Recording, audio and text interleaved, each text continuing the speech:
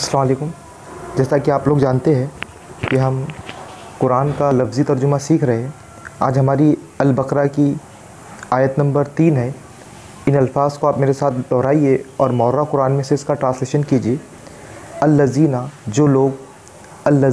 जो लोग युमिनूना वो ईमान रखते हैं।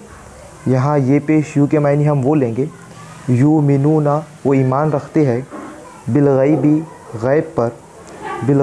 गैब पर व और युकीमूना वो कायम करते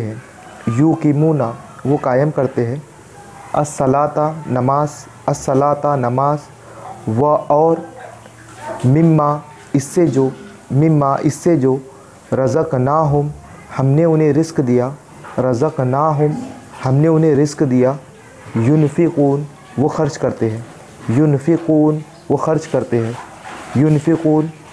करते हैं। आयत नंबर 4 इंशाअल्लाह नेक्स्ट वीडियो में देखेंगे।